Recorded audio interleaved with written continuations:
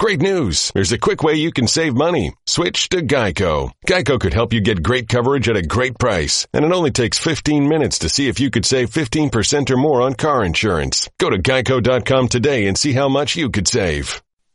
And now, Jalen and Jacoby on ESPN Radio. When I pop the trunk, head to death. Worry about my posse getting jumped. Cause if we ever do, yo, TB, pop the trunk. Cause we make a pop the trunk and hit the switch. Now act stupid, I'll pop the trunk. Now give me a boom, boom.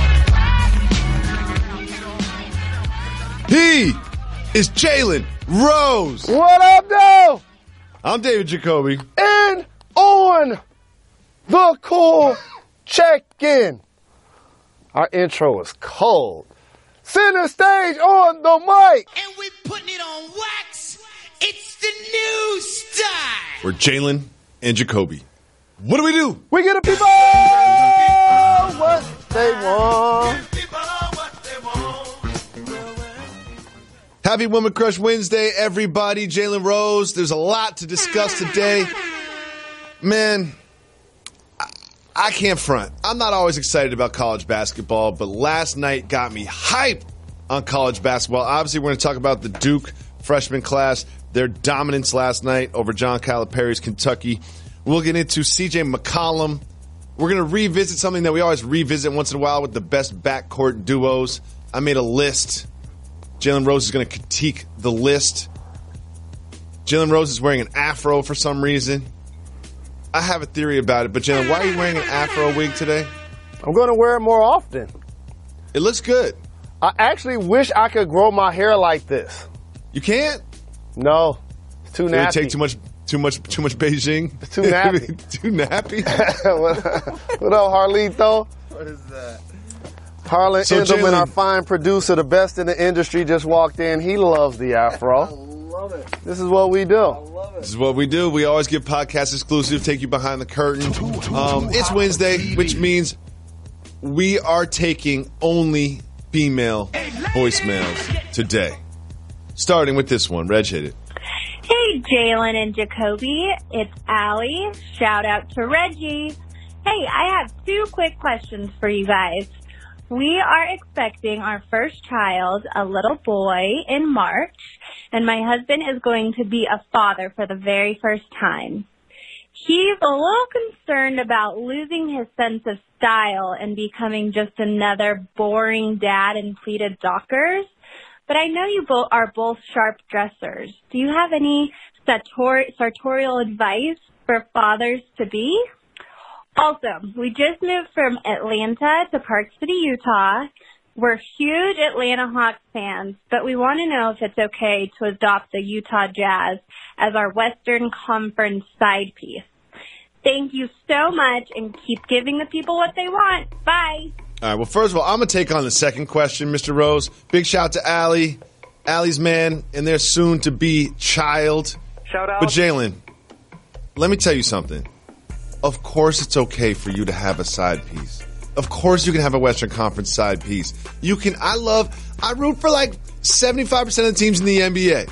Seriously, you can root for whatever you want. Don't let people tell you there's rules about being a fan. Follow your heart. Be Die Easy. Welcome to the dark side of Die Easy fandom. It feels so good. It feels so good once you become a bandwagon jumper. Jalen, her man is concerned about his losing his sense of style once he has a child. Your thoughts? Just own your personality, which plays out in your fashion. Stay true to who you are. But once you start having kids, you do have to, quote unquote, start dressing older.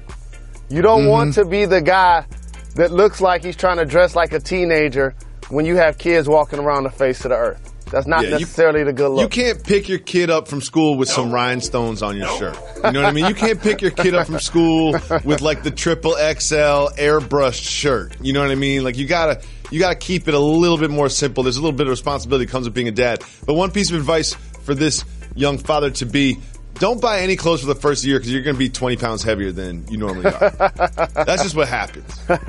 If you watch me win in the Family Feud, you see the version of Kangaroo Jacoby. What do I call it? Oh, Bulletproof Vest Jacoby. That's what you get. Jalen turns into a kangaroo when he gains weight. I put on a bulletproof vest when I gain weight. No weight in my arms or my legs, just straight torso. Just straight torso. But I gotta say something. Call me Lee Torso. Lee Torso when I gain weight. That's hilarious. Jacoby Lee Torso. That's funny. As it relates to adopting a team, so this is a little bit tricky because she just moved to a new area, Atlanta. Thank you for the call. We appreciate the support. She moved to Utah from Atlanta. Moved to Utah from Atlanta. So since you now live in Utah, it's okay to adopt them as a team. Yeah, I think so. I'm rolling with that. Unlike Jalen Jacoby, who adopts 27 teams, whether he lives there or not. It's okay to adopt the home team. I always adopt the home team. Yeah, because you get the local broadcasts, you know what I mean? And you're going to go to the games. What are you supposed to do? Sit there with your hands crossed around your chest because you love the Hawks so much? And it ain't like the Hawks are like the Bucks, are kind of making a run or doing something with it. You know what I mean? And also, the Jazz have been sneaky underperforming this year. Like, no one's really discussing that, but, like, everybody had high hopes for the Jazz. I mean, Donovan Mitchell's been missing some games and everything, but, like, we all fell in love with the Jazz during that Rocket series last year and thinking that, they're setting the table for a big come-up next year. Not really the way it's been working out so far for the Utah Jazz. I want to thank Allie for calling. But also Donovan Mitchell dealing with some injuries as well. Yep. Just said that. You wouldn't even notice you listening. Let's listen to the next female voice. Hey, Jalen and Jacoby. Shout out Reginald Hooks. This is Haley from Ohio. Shout out to my coworker who thought you guys said cool checking, so now we always say hot savings. But I just wanted to ask you guys, what's the best gift you've ever given your significant other? Because I think roses are overrated. The only rose I acknowledge is Jalen. But yeah, I just think it's a cop out. It's an easy gift, an easy buy, and we know men don't really know how to pick flowers. Just kidding, but so what's in original person's price range?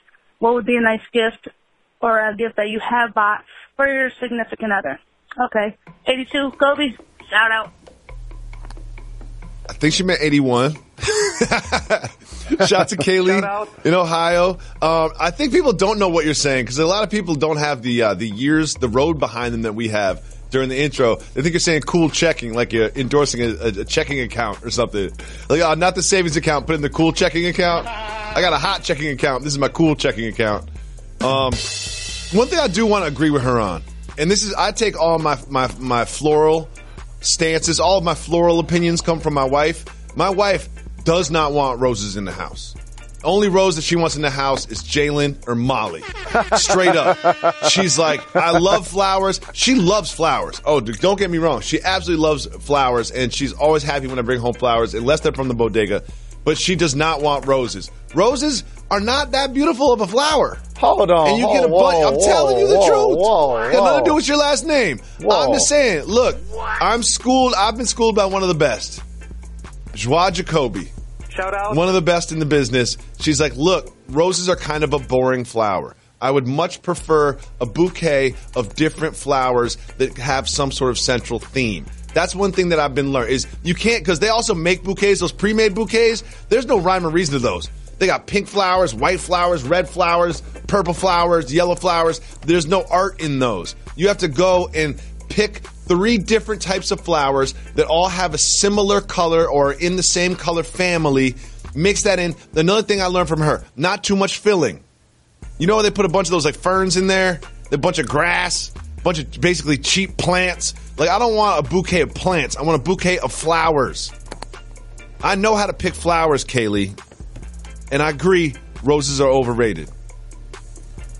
I got fired up. I forgot what you even asked. I love Andre 3000, but it broke my heart when he said roses really smell like boo-boo. That really broke my heart. They kind of do. And there's thorns on them. Like roses, you're just riding for roses because of your last name, but they're really not that dope of a flower. You go to a flower shop, they're not even in the top 10. Roses have multiple colors. They're beautiful. They're mature. They smell good. You ever seen like a real rose in the wild? Like those are some gnarly bushes, man. I'm not rolling with that. I'm rolling with it. I'm not rolling. But so she wants to know what's the best gift you've ever given your significant other. So here's what you do for gifts. it's not the money that you spend. It's the relevancy of what the person you buying for likes. Mm-hmm. So buy them things that can be functional throughout their day. So if you want them to get a massage, if you want them to have Starbucks, if you want them to have smoothies, a favorite restaurant, favorite store. Like, I think personalizing gifts is always the best thing, more so than just trying to get the most expensive thing and the more common thing. Get something that they can relate to, and it allows their day to be a lot easier.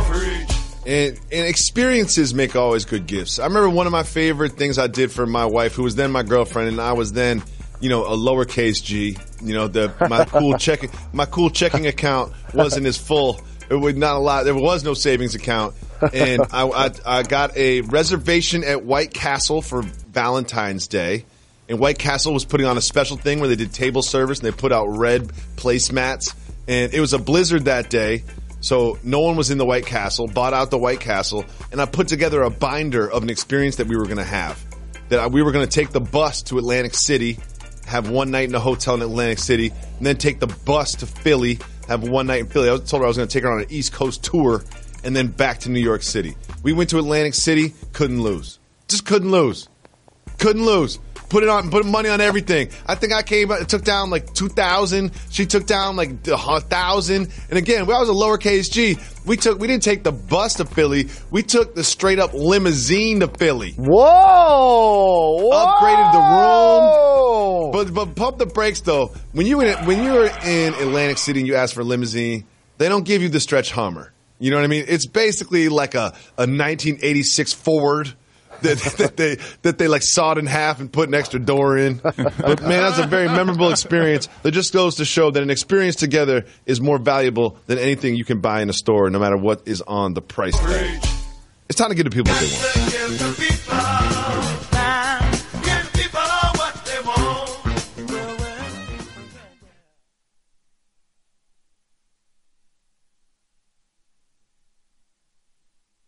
Technology Truths, brought to you by Geico. Technology Truths. Truth. Teenagers can communicate entirely in emojis. How was the birthday party?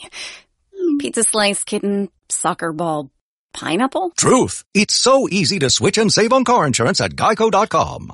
What are you talking about? Paperclip, shoulder shrug, high five, wizard hat? What? Geico. 15 minutes could save you 15% or more. Jalen Rose, I haven't been this excited about college basketball in a decade. You know me, I like to go to bed early, stayed up late last night to watch this Duke freshman class perform, and man, did they deliver. Of course, we're going to talk about Zion, but R.J. Barrett, Cam Reddish, everybody showed up. It was a dominant debut for the Duke Blue Devils. Mr. Rose, what did you see from this trio of freshmen? Zion Williamson is something truly special. Like, I don't recall seeing a prospect with this level of bulk, but yet versatility. You see his handle, put it on the floor, finish at the hoop. We know he's an explosive athlete. He's physically so strong, but yet he's so nimble and so unselfish. I appreciate that about this young group. So for these guys to all decide to go to the same school at the same time as top-level recruits, it shows a distinction in Coach K that he is now owning the fact that Duke has become a haven for one-and-done prospects. And R.J. Barrett, who played terrific, Reddish, who had 22 points, was awesome. This continues to show why the Duke Blue Devils will not only be ranked number 1 next week, by the way, but have a legit chance, as we all know, to not only win their conference, but to win it all this year. Absolutely. Not even a legit chance. I thought you were going to say legit chance to go undefeated. Again, this is literally the smallest sample size you could possibly have.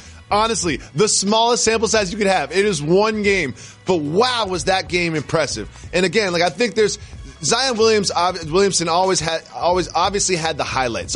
He's going to be the headline, but the story is R.J. Barrett and then you've got Cam Reddish. These are three players that I think they're all going to be lottery picks. But of those three, who do you think the best pro prospect is? Well, you got to say Zion. I mean, in today's level of positionless basketball, to be able to handle the way he can, to be a really good passer the way he is, and just be an explosive athlete. Just think about this. If he played in today's NBA, he would be the second heaviest player in the entire NBA. That's insane. Behind Boban. The second heaviest player for a guy that can take off from the free throw line and dunk. What? This is one of the more unique prospects that I have ever seen. But don't sleep on R.J. Barrett. Now, you know I love lefties. I really love him to wear number 5. This guy's smooth. He can shoot it. He has great court sense. Defense. And I love his demeanor and toughness. So, I agree with you. Along with Reddish, these guys are going to set collegiate basketball on fire this year. Duke starts 4 freshmen, and I agree with you that it's going to be an amazing season, but I disagree with you about going undefeated. I don't think that's going to happen.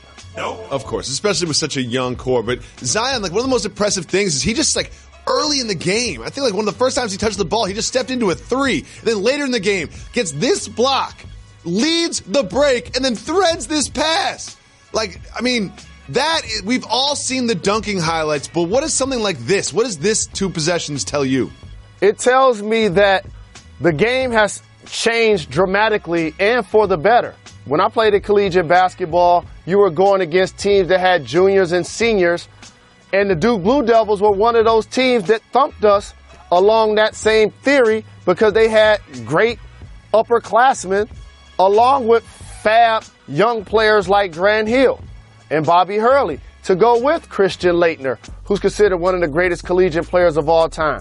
So for Coach K to reinvent himself and now embrace the one-and-done prospects, and we know politically he didn't want to do it initially, but the reality of it is Coach Cal was the one who ushered and owned the fact that I'm taking the one-and-done prospects. I'm going to show your young man what it takes to not only be successful in college, but how to be successful and make a lot of money in the NBA. And he will be up on the podium taking pictures with his early entrance. Coach K wasn't doing that. And so now to have the best player, the best coach at collegiate basketball actually coaching the most talented prospects that come out of high school, it just shows how this perfect storm is really setting up the Duke Blue Devils for dominance for years to come. And just to visualize how Coach K has embraced this new style of recruiting, let's just take a look at this freshman class, the notable people in this freshman class: R.J. Barrett, Zion Williamson, Cam Reddish, Trey Jones. Look on the right side. The class rank 1, 2, 3, and 17. And then also look at their production last night. Cam Reddish, who people aren't really talking about today, 22 points and looked great doing it. R.J. Barrett scored 5 more points than Zion Williamson. Of course, Zion Williamson had the loud points. Jalen Rose, it's going to happen eventually. So let's just start it now. This won't be the first time you get asked about comparisons between this freshman class and another very notable freshman class. I don't know, about 45 years ago in Ann Arbor. Are you ready for a full season of people comparing this team to the Fab Five? I'm not mad at it at all. I saw a Sports Illustrated cover that held them the Fabest Five. I appreciate that they're giving them love. I wish when we were in college basketball, we weren't as, vilified for being who we were. But at the same time, that's what makes our story as notable as our productivity on the basketball floor.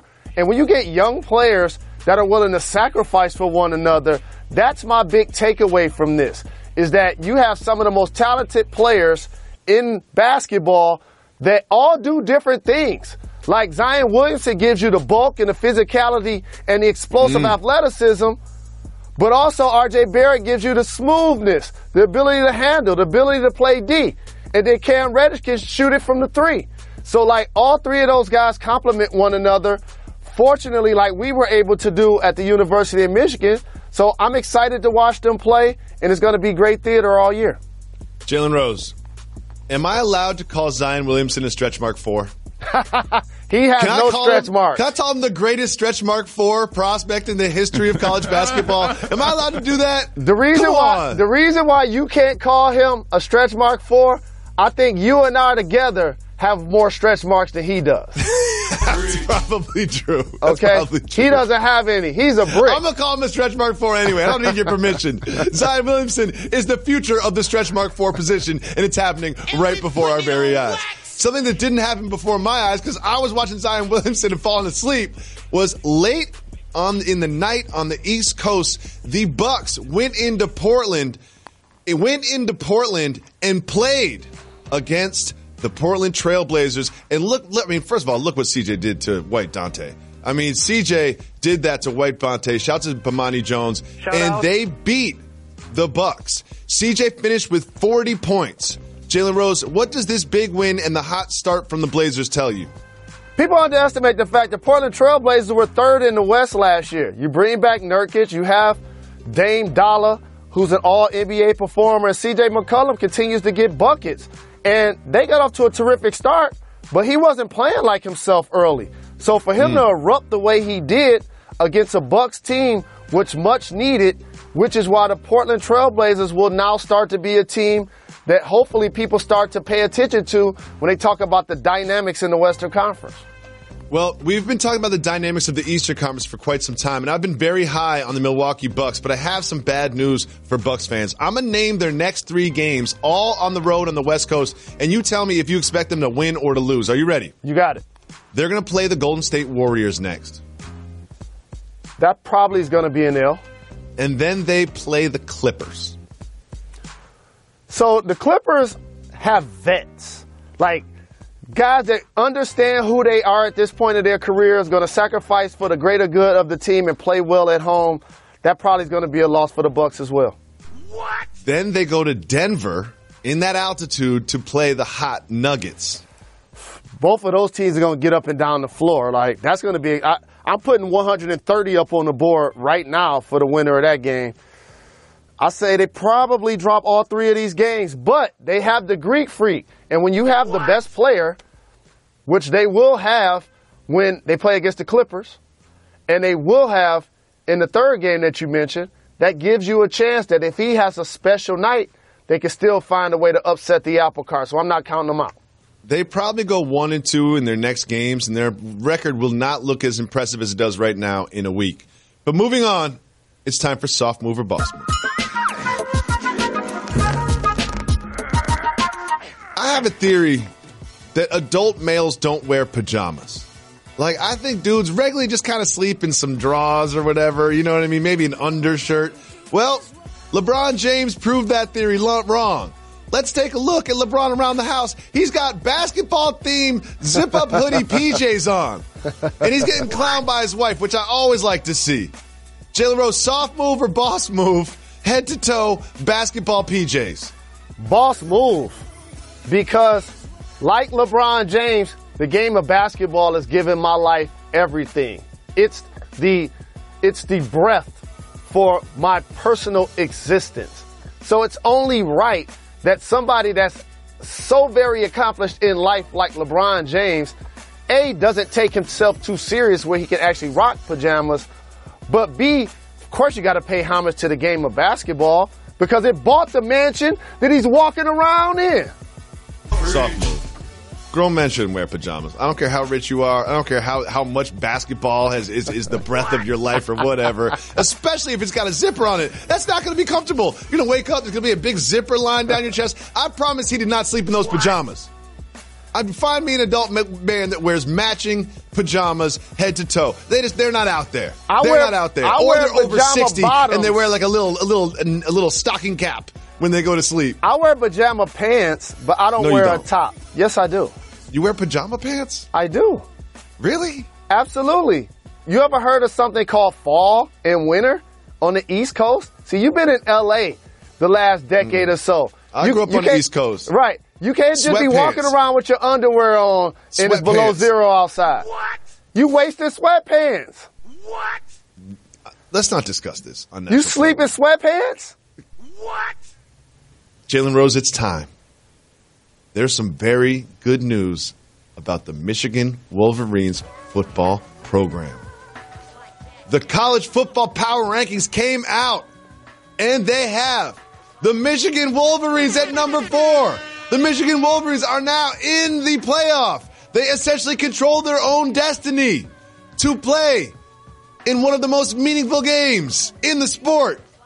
Jalen Rose, how does it feel to be number 4 in the rankings? It's an awesome tribute to Jim Harbaugh and how he's rebuilt the Michigan football program. And he silenced a lot of his critics. But as a supporter, as an alum, I've had some humility bestowed upon myself over the last decade or so. I got over one of those obstacles when we beat Michigan State. This is exactly what I was thinking. It's still one more obstacle we got to get over. It's a high hurdle, my brother. It's a high hurdle. Ohio State. I don't care if they lost to Purdue. I don't care if they played close against Nebraska. That's the game I'm eyeing and circling. If we're able to get past that hurdle, now we catapult ourselves into a really special opportunity. Okay, you know I can go negative on anything, right? Would you almost rather not be ranked this high this early? Like, don't you kind of want to earn it? Like, now there's a little bit of pressure on the team to win the games. It's almost like every game is a playoff game now. Do you kind of feel the same way, that you would rather kind of sneak into the playoff than stay in the playoff? I'd rather stay and not sneak, especially when you're 4, because you're the only team with a loss. The other 3 remain undefeated. One of those clearly beat you in Notre Dame. So I like the position that the Michigan Wolverines are in. But again, I need to see us take care of business versus Ohio State. I'm pretty sure this is what Jim Harbaugh is telling his football team. This is a revenge tour. It's not complete for the regular season until we take care of business at Ohio State this year. That is going to be a big game. I cannot wait to text you during it. And Jalen, let's stay in football, but let's move on to a team that doesn't get a lot of media coverage, the Dallas Cowboys. Oh, wait, they get tons of media coverage because there's always so much drama surrounding this franchise. There's been a lot of criticism dropping down on Jerry's house ever since that Monday night performance where they lost to the Titans. But now the criticism is coming from within the house. This is Cowboy legend Troy Aikman making a very statement-filled radio appearance. Let's listen. I'd say there has to be a complete overhaul of the entire organization. You just can't simply replace head coaches and say, now it's going to be better. No, it's been shown that it's not better. There's been times where I've heard Jerry say, okay, look, we're going to do it differently. I'm going to do it differently. I can no longer, but it's the same. Nothing changes. Jalen Rose, it sounds like Troy Aikman is calling for Jerry Jones to no longer have this sort of like tyrant-like control over the organization. It's almost like he no longer wants Jerry Jones to sort of be the owner and the GM. It sounds like he no longer wants Jason Garrett to be the head coach. Who knows if he even wants Dak Prescott to be the quarterback. He wants a complete overhaul. What do you think specifically he is getting at with this statement? When you think about Jerry Jones, and this is going to be the 500,000th time I said this, he doesn't want an alpha head coach. We saw how that worked with Jimmy Johnson. Won 2 Super Bowls, didn't feel like he'd get all of the credit that he deserved. Still didn't put this man in the ring of honor to this day. But because Jalen, he holds a grudge from that. Do you think Jerry Jones will ever hire a traditional GM, someone who has the autonomy to make player personnel decisions? I not only don't think that he's going to hire an alpha head coach that he has to give millions of dollars to, that's going to keep him in an ownership role and not necessarily treat himself like a coach, an associate head coach. I also don't believe he's going to hire a traditional general manager. He likes having all of those titles. It's really powerful. And also, his son, Steven, can quasi-do the jobs, but yet he still has that level of power and autonomy because that's his son. Almost like Jason Garrett being the head coach. So those are the dynamics. When Troy says complete overhaul of the entire organization, that ain't really means. What he means is Jerry Jones can't have all of the power in his fingertips in every decision that's being made if they're going to be successful. And this goes beyond just the Cowboys organization. I think everyone watching that works in a corporate environment and even a group environment knows there are certain managers that don't want to hire really strong people underneath them because they do have to relinquish some control, share some of the credit. But obviously the best thing to do is to surround yourself with the most capable, intelligent people that you possibly can. That's going to lead to success. And I think that this has held back the Cowboys organization for many, many years. And you can tell by their one-loss record, especially in the playoffs. Have you guys seen this video? A couple of dudes are trying to rob a house in Canada. And do you know what that person had whose house they were trying to rob? They had Ring. So they started hollering at the people. They were going to rob the house. The people who robbed the house ran away. This could be you. All you need is Ring. But it's not always just about people coming to rob your house. Sometimes you want to know who's there. Someone, when the doorbell rings, instead of peeking out a curtain or going to the door and finding out who it is when you get there, you just pop your phone, click on the notification, and you can see right there who's at your door. You can even speak to them. You get two-way HD video, and you get HD video and two-way audio on Ring devices. This is the best. Every time that my doorbell rings, I'm on the second floor. For some reason, my doorbell says "Wish You a Merry Christmas" as the song. We cannot change that. So people that come over for the first time, they hear "Wish You a Merry Christmas." They're like, what is going on in this house? And I go, that's the doorbell. They're like, why is that the doorbell? And I go, I don't know, but I can't change it. So whenever I hear "Wish You a Merry Christmas," I just look at Ring. I don't even go downstairs, see who's there. So right now, as a listener of Jalen and Jacoby, you have a special offer on a Ring starter kit. With a video doorbell, a motion-activated floodlight cam, the starter kit has everything you need to build a ring of security around your home. Go to ring.com/JANDJ. That's ring.com/JANDJ. You will not regret it. Go to ring.com/JANDJ. Jalen, there was a time in my life where I had enough LaVar Ball. Like, I literally would take him off the rundown day after day. I didn't want to hear anything about him. I thought he was manipulating the media. I just felt like that he was just a cancer that was just spreading all across sports media, permeating and killing us like a vine does a tree. But then he disappeared for a while. And then you don't know what you got until it's gone. I started to miss LaVar Ball. And then last week he said that he could coach the Lakers with his eyes closed, and it felt good. I was happy LaVar Ball was back. Well, guess what? Now we have new news from LaVar Ball. He went to Twitter and announced this. My youngest son, Melo, has decided to complete his senior year of high school at Spire Prep Academy in Geneva, Ohio. He will earn his high school diploma and help lead his team to W's. Greatest show in high school hoops is back. Jalen, there's a lot to talk about here. But number one, let's just track LaMelo. He was at Chino Hills, and then he was in Lithuania, and then he was in the JBA. He never got paid to be in Lithuania or the JBA, so he's still eligible to play high school. And now he's going back to a much more traditional route of going to some super elite basketball academy for his senior year. How do you think this will change the course of his career? Boss move. And I also felt like their middle son, I understand he got into some issues overseas with stealing, but I would never have taken him out of UCLA. Nope. I would have allowed him to keep that opportunity. I just think that was a golden look for him because I don't see him as a pro prospect in the NBA, period. You're not alone. With LaMelo going this traditional route, now all of a sudden people get a chance to look at him as a high school kid again. What ends up happening with the Ball situation, it became so much about personality, and it was larger than life. And Lonzo did a terrific job having an amazing rookie year. But then we started to discuss, and in a lot of ways, they started to move like the other two guys were already in the league, but they weren't. So when you send them overseas to play against older guys, they're not necessarily as dominant as you want them to be. They don't have the results that you felt they should have. Now you bring them back to the States and smartly put him at Spire Prep Academy in Ohio. The head coach of that basketball team is somebody like my little brother. His name is Jermaine Jackson.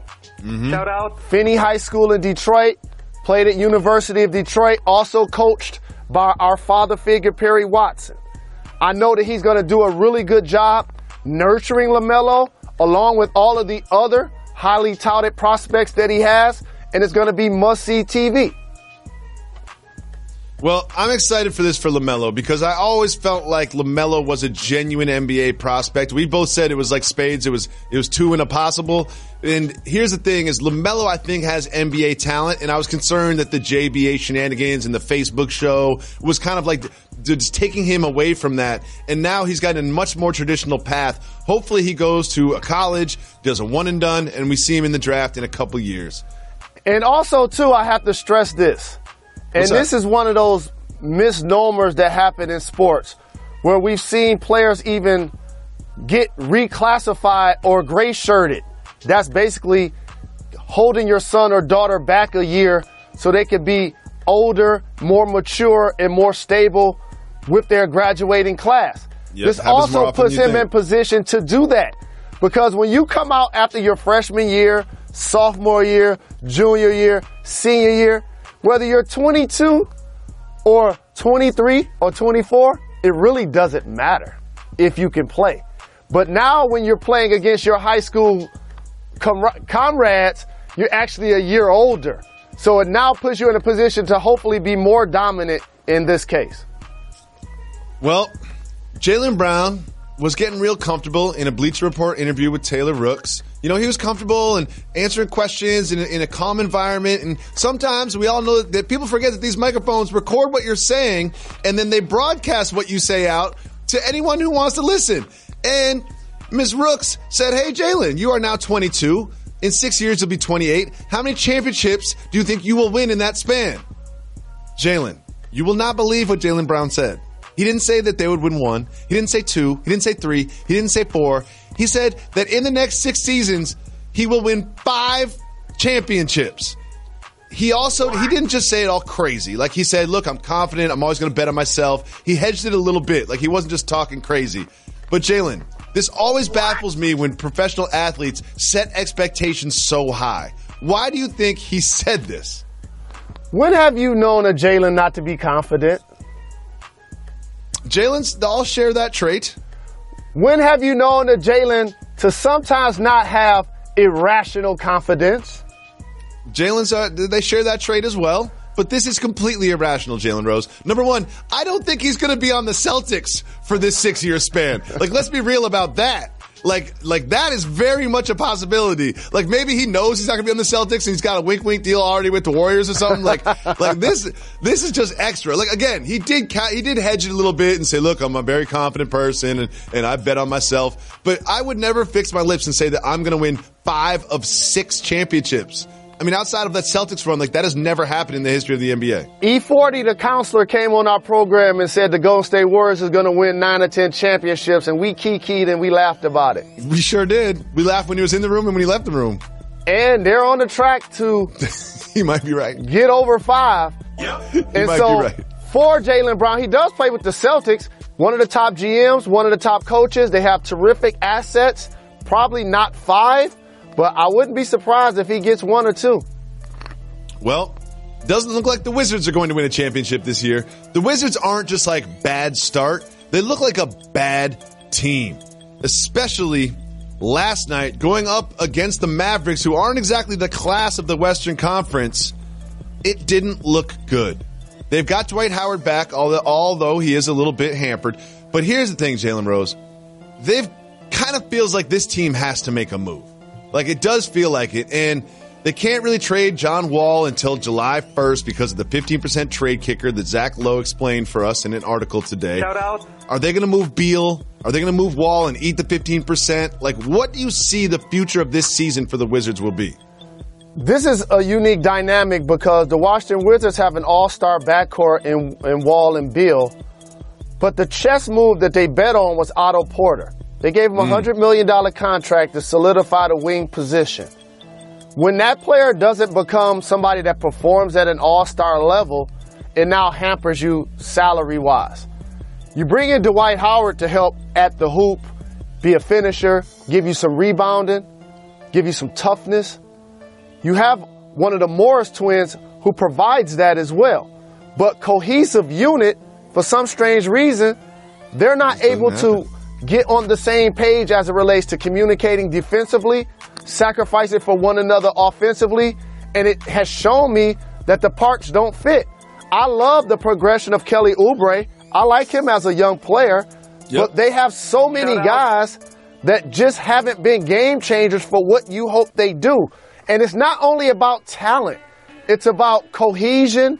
It's about sacrifice and a level of discipline that they don't seem to have, which not only may force them to do a move, it may ultimately cost Scott Brooks his job, who they gave a $35 million contract to coach the basketball team. It does feel like it could cost Scott Williams his job. And also, I like the way you explain that, because this team on paper is not as bad as their record. Like, if you look at their starting five and even their bench, like, not too many holes in there. But then when you watch them on the court, it just doesn't seem to translate. Well, the Hornets beat the Hawks last night in a game that featured two notable dunks. First, we have this dunk from Sergeant Vincent Lamar Carter, spinning baseline, finishing with a dunk at 41 years old, does the engine rev, and then Miles Bridges. God, I love the power with this dunk. And then he also does the revving the engine little celebration post dunk. Is Miles Bridges too young, too early in the game to be mocking or paying tribute to, however you want to see it, Vince Carter's engine rev thing after the dunk? Not at all. He made a big-time play. Vince is a future Hall of Famer. It's amazing to see him out there getting quality minutes at his age and still being able to be productive. For Miles Bridges, the play that we could talk about with the dunk, what I don't want people to underestimate, he shot the three from the corner with his left hand. He dunked at the hoop with his right hand. So what that showed me is a young player that has the ability to now translate his game from Michigan State, where he was really all left hand, and now all of a sudden for him to be able to finish at the hoop with his right hand the way he did, it was really impressive. I think he's a slept-on rookie in today's climate of the NBA. We talk a lot about Doncic and all of the guys that went high in the draft, and rightfully so. But I think he has a chance, along with his former teammate, Jaren Jackson Jr. in Memphis, to have a really nice career. Not everything in sports is worth discussing, so we have a segment called Keep It Moving, where if you want to discuss the topic, you say hit the brakes. If not, me, you, and Method Man keep it moving in our minivan. Are you ready, Mr. Rose? Let's get it. We have a Tim Tebow update. The new GM of the Mets says that it's possible that Tim Tebow ends up on the opening day roster of the Metropolitans. Keep it moving or hit the brakes. We're not going to talk about the Mets and force a topic. Keep it moving. We keep it moving. Okay. We keep it moving. We now have a number.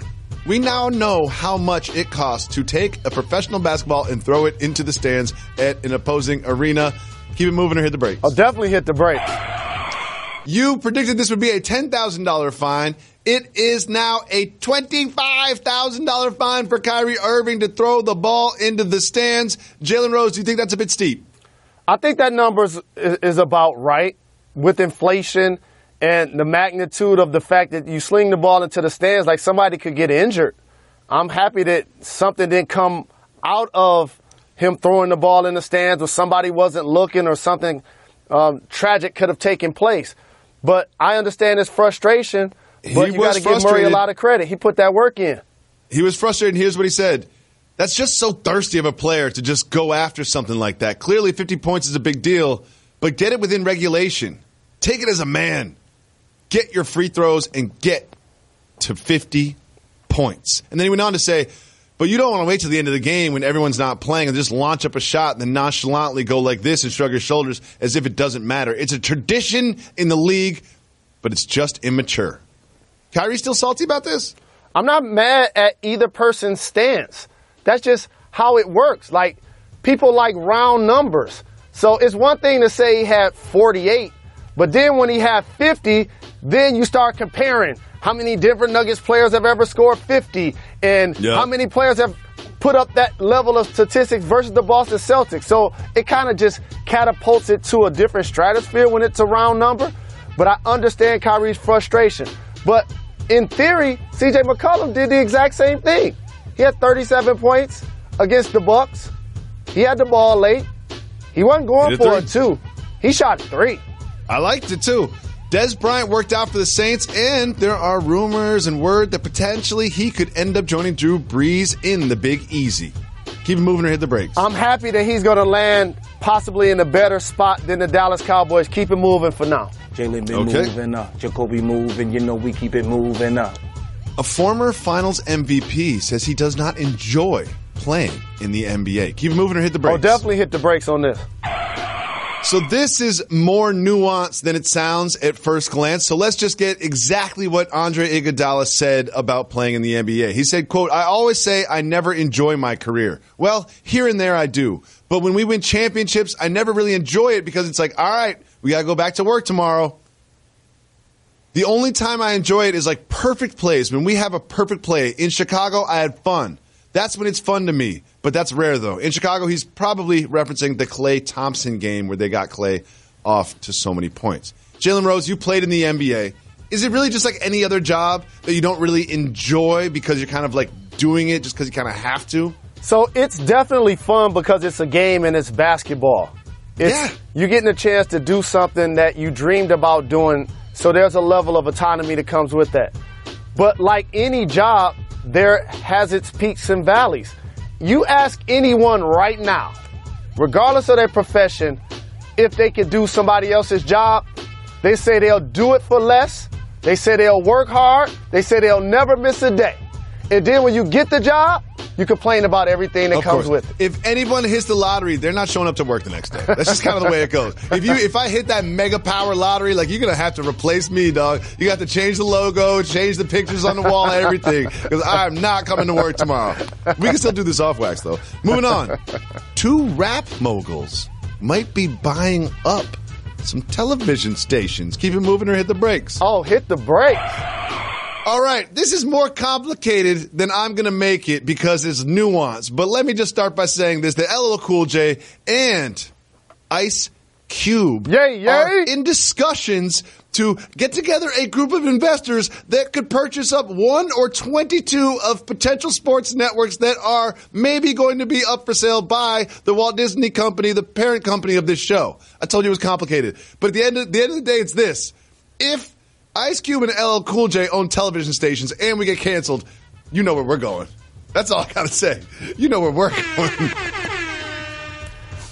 I'm about to hit them up right now. I do love my job here at the Disney Corporation, and I love being a cast member. Moving on, a Chinese company is launching a foldable smartphone. Keep it moving or hit the brakes. Foldable smartphone. Keep it moving. Unnecessary. Just seems unnecessary. Jalen Rose. Everyone voted yesterday. I know that because every single person posted a picture of themselves with a sticker saying they voted on Instagram. But the people in Michigan voted on something that was pretty interesting. Keep it moving or hit the brakes. Michigan voting, hit the brakes. Well, there's a new law in Michigan. And that new law says that if you are over 21, you can legally possess up to 2.5 ounces of marijuana. Not only that, it's not going to kick in like 2022 or 2023. It's going to start next month. Jalen Rose, you have a couple homes in Michigan. You spent a lot of time in Michigan. What do you think about this advancement, this evolution of the laws of medicinal in Michigan? I'm just surprised it's only the 9th state. It should be the 50th state. Like, I remember being a citizen of this great country and we promoted tobacco use. And you see Billy D. Williams and all of the people you felt like were cool that promoted things like tobacco and alcohol and things of that nature that do way worse for your body than marijuana does. And so for Michigan, it's a progression, it's a graduation, but I'm just waiting to see when other states are going to actually join the party. You know what? I'm surprised. I'm not surprised they legalized it. I'm surprised about the 2.5 ounces thing. Like, could you make that an ounce? Like, who needs more than an ounce of marijuana? Like, you can legally carry 2.4 ounces of marijuana around? Like, that's a lot. Like, you're going to smell up the subway. That's a failed test. Jalen Rose, the head coach of the Sixers, Brett Brown, basically said something that we all knew already. I love this quote from Brett Brown. He said that Ben Simmons and Markelle Fultz must improve their shooting and spacing. Jalen, we know that shooting has been a problem for Markelle Fultz and Ben Simmons. And when you have two people that cannot shoot on the floor, you're going to have problems with spacing, especially spacing out the defense. Jalen, is there a future in Philadelphia for both of these players? I'm saying no. I think there's a future in Philadelphia for Simmons and Embiid because these are cornerstone-type players. Mm-hmm. However, for Fultz, I don't think he's ever going to live up to the expectations in that city with that team of a guy that went number one, that they traded a pick for, and gave up Jason Tatum. I just don't think that they're going to be able to live that down in that city. No. So for Ben, he definitely must improve his shooting, but he still has a terrific floor game. For Fultz, I just think ultimately if he's going to have a long NBA career, which I anticipate, it won't be in Philadelphia. Oh, see, I look at it like Simmons, I don't think Simmons is a great shooter. I think that's obvious, but I think Giannis isn't a great shooter either, and I would equate the two of them. Like, Simmons does so many other things and contributes in so many other ways on offense and on defense that Simmons is going to be a perennial all-star in this league. Markelle Fultz, I'm not sure is going to have a long NBA career, Mr. Rose. He just doesn't look comfortable out there. His shooting coach says he's still not healthy. Well, when did this injury start? Like, when is he going to be healthy? When is it going to be fixed? Is Markelle Fultz ever going to turn his career around and turn into a traditional number one pick all-star franchise player? I think that's no longer even on the table. But speaking of on the table, you can't really even trade him at this point. Like, there's no market for Markelle Fultz's services right now. If you're trying to move Markelle Fultz and you're the Sixers, how do you even do that? Well, you definitely do it for a rookie deal, salary on salary. And I'm pretty sure there'll be some teams out there that are trying to see if they could get the most out of his potential. But anytime you go number one and you've had all of these issues with being able to be a productive performer, it starts to get in your head as a young player. And I think that's going to continue to take place as long as he's in Philly. Yep. Do you think that his brain or his shoulder is the biggest problem with his performance so far? From the neck up, no question about it, because a lot of being a player is confidence and opportunity. It's going to be hard to get it in that situations when you're not living up to the expectations of a number one pick. Well, the Ravens haven't been very good lately. They've lost 3 football games in a row, and not just lost them, they didn't look good losing them either. And now they've got their bye week. And traditional NFL culture, it's, we're going to work our way through this. We're going to show up and watch tape all night and fix this thing. But John Harbaugh, your guy, said, you know what? Let's everybody take the week off. They called a bye week for a reason. Don't even bother showing up to work. Who cares if we lost 3 in a row? We got this. What do you think about Harbaugh's approach? Harbaugh is a terrific coach that I always stress that seems to get the most out of the least. I think this is a brilliant move mentally and emotionally and obviously physically to rehabilitate his team that's hovering around 500. Here it is Wednesday where we always take female voicemails. Ladies, thank you so much for the call. We have time for one more female voicemail. Reggie, let's hear it. Hi, Jalen and Jacoby. This is Nani from Baton Rouge, currently living in Baltimore. I have a soft move or boss move question. So I'm in a fantasy league with some of my friends from Baltimore, and I drafted Patrick Mahomes and Deshaun Watson on my fantasy team. Mahomes is my starter, but I keep Deshaun Watson on my bench. But I don't want to drop him so that no one else in my fantasy league can get him. So soft move or boss move, keeping players on your bench just so other players in your league can't have them. Thanks. Keep giving the people what they want. Oh, Nani, you know that's a boss move. Sometimes people call it with the soft move or boss move just so they can just hear us tell them they made a good decision. Of course. I had Sony Michel before he got hurt, and he was sitting there. He didn't play for me for 1 week. You know how many trade requests I got? I said, you're not even using them. You're right, I'm not using them. You know who else isn't using them? You. Especially when you play me. Keep Deshaun Watson on deck. We're only halfway through the season, and I would never, ever, ever, ever, ever want anything to happen to him. Where my homie? Where they at? Where they at? But injuries happen, and having 2 quarterbacks and having a great backup quarterback is something that's very important, not just in real football, but also in fantasy football. And I don't think the Chiefs have hit their bye week yet. I could be wrong about that. Jalen Rose, what do you think about keeping Mahomes and Watson on the same fantasy roster? I think it's a boss move. I think it's a terrific job of being a general manager to be able to select both of those guys in your fantasy league. They both are not only clearly really good throwing from the pocket and get you touchdowns over the top because they got great weapons, in particular Hopkins. for Houston. And now they add Demaryius Thomas. You got Lamar Miller in the backfield, and we know about the weapons KC has. And so to have both of those guys, that means you have a strength. Now, as the season progresses, though, depending on your record, ultimately, if you want to maximize and win it all, you got to try to flip Watson for a position player. Yep.